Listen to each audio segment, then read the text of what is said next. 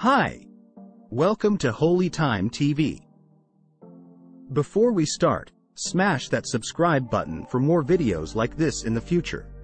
Chapter 14: The Impression of Increase. Whether you change your vocation or not, your actions for the present must be those pertaining to the business in which you are now engaged. You can get into the business you want by making constructive use of the business you are already established in, by doing your daily work in a certain way. And insofar as your business consists in dealing with other men, whether personally or by letter, the key thought of all your efforts must be to convey to their minds the impression of increase. This law of perpetual increase is set forth by Jesus in the parable of the talents. Only those who gain more retain any. From him who hath not shall be taken away even that which he hath. The normal desire for increased wealth is not an evil or a reprehensible thing. It is simply the desire for more abundant life. It is aspiration. And because it is the deepest instinct of their natures, all men and women are attracted to him who can give them more of the means of life. No matter how small the transaction, even if it be only the selling of a stick of candy to a little child, put into it the thought of increase, and make sure that the customer is impressed with the thought. Convey the impression of advancement with everything you do, so that all people shall receive the impression that you are an advancing man, and that you advance all who deal with you. You can convey this impression by holding the unshakable faith that you, yourself, are in the way of increase, and by letting this faith inspire, fill, and permeate every action. Do everything that you do in the firm conviction that you are an advancing personality, and that you are giving advancement to everybody. Feel that you are getting rich, and that in so doing you are making others rich, and conferring benefits on all. Simply feel the faith, and let it work out in every transaction. Let every act and tone and look express the quiet assurance that you are getting rich, that you are already rich. Words will not be necessary to communicate this feeling to others. They will feel the sense of increase when in your presence, and will be attracted to you again. You must so impress others that they will feel that in associating with you they will get increase for themselves. See that you give them a use value greater than the cash value you are taking from them. But doing all this, you must never lose sight of your vision of what you want, or your faith and purpose to get what you want. Beware of the insidious temptation to seek for power over other men. Nothing is so pleasant to the unformed or partially developed mind as the exercise of power of dominion over other. The desire to rule for selfish gratification has been the curse of the world. Today, the main motive in the business and industrial world is the same. The mind that seeks for mastery over others is the competitive mind, and the competitive mind is not the creative one. When you fall into the world's struggle for the high places, you begin to be conquered by face and environment, and your getting rich becomes a matter of chance and speculation. Beware of the competitive mind. Chapter 15: The Advancing Man. We want preachers who can not only tell us how, but who in their own persons will show us how. We need the preacher who will himself be rich, healthy, great, and beloved, to teach us how to attain to these things. And when he comes, he will find a numerous and loyal following. The law of the increase of life is as mathematically certain in its operation as the law of gravitation.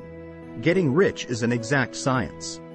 Do all the work you can do, every day, and do each piece of work in a perfectly successful manner. Put the power of success, and the purpose to get rich, into everything that you do. To secure advancement, something more is necessary than to be too large for your place. The man who is certain to advance is the one who is too big for his place, and who has a clear concept of what he wants to be, who knows that he can become what he wants to be, and who is determined to be what he wants to be. Do it with the idea of advancing yourself. Hold the faith and purpose of increase during work hours, after work hours, and before work hours. Hold it in such a way that every person who comes in contact with you, whether foreman, fellow workman, or social acquaintance, will feel the power of purpose radiating from you. God cannot help helping you if you act in a certain way. He must do so in order to help himself. Nobody has to work for trust. The trusts can keep men in so-called hopeless conditions only so long as there are men who are too ignorant to know of the science of getting rich, or too intellectually slothful to practice it. Such opportunities will speedily come, for the Supreme, working in all, and working for you, will bring them before you. Do not wait for an opportunity to be all that you want to be. When an opportunity to be more it than you are now is presented and you feel impelled toward it, take it. It will be the first step toward a greater opportunity. There is no such thing possible in this universe as a lack of opportunities for the man who is living the advancing life. It is inherent in the constitution of the cosmos that all things shall be for him and work together for his good. And he must certainly get rich if he acts and thinks in the certain way. Chapter 16 Some Cautions and Concluding Observations. If the people have the advancing mind, have the faith that they can become rich, and move forward with the fixed purpose to become rich, nothing can possibly keep them in poverty.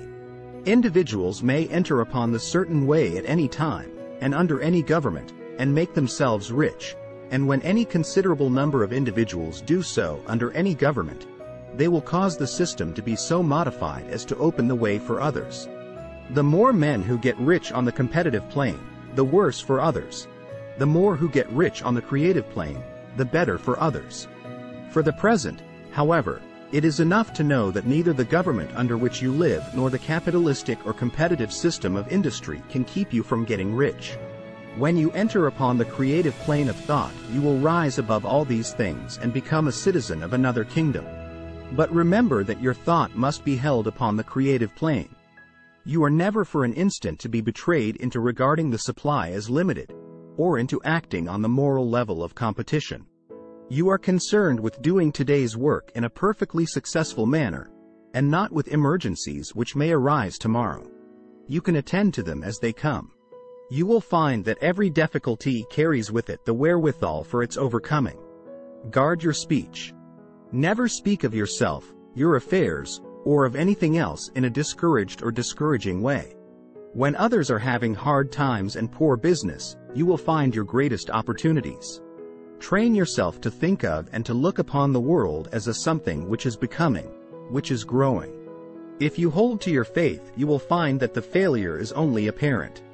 Go on in the certain way, and if you do not receive that thing, you will receive something so much better that you will see that the seeming failure was really a great success. When you make a failure, it is because you have not asked for enough. Keep on, and a larger thing than you were seeking will certainly come to you. Remember this. You will not fail because you lack the necessary talent to do what you wish to do. Go on in full faith. Study this book. Make it your constant companion until you have mastered all the idea contained in it. Do not read pessimistic or conflicting literature, or get into arguments upon the matter. Spend most of your leisure time in contemplating your vision, and in cultivating gratitude, and in reading this book. Chapter 17 Summary of the Science of Getting Rich. There is a thinking stuff from which all things are made, and which, in its original state, permeates, penetrates, and fills the interspaces of the universe. A thought, in this substance, produces the thing that is imaged by the thought. Man can from things in his thought, and, by impressing his thought upon formless substance, can cause the thing he thinks about to be created. In order to do this, man must pass from the competitive to the creative mind. Man must form a clear and definite mental image of the things the wish to have, to do, or to become. And he must hold this mental image in his thoughts, while being deeply grateful to the Supreme that all his desires are granted to him. He must keep in mind the purpose to get rich through the realization of his mental image. And he must do, every day, all that can be done that day, taking care to do each act in a successful manner. He must give to every man a use value in excess of the cash value he receives, so that each transaction makes for more life, and he must so hold the advancing thought that the impression of increase will be communicated to all with whom he comes in contact. The men and women who practice the foregoing instructions will certainly get rich, and the riches they receive will be in exact proportion to the definiteness of their vision, the fixity of their purpose, the steadiness of their faith, and the depth of their... If you liked this video, don't forget hit that like button, and subscribe to this channel for more videos like this in the future. See you in the next video. Thanks for watching.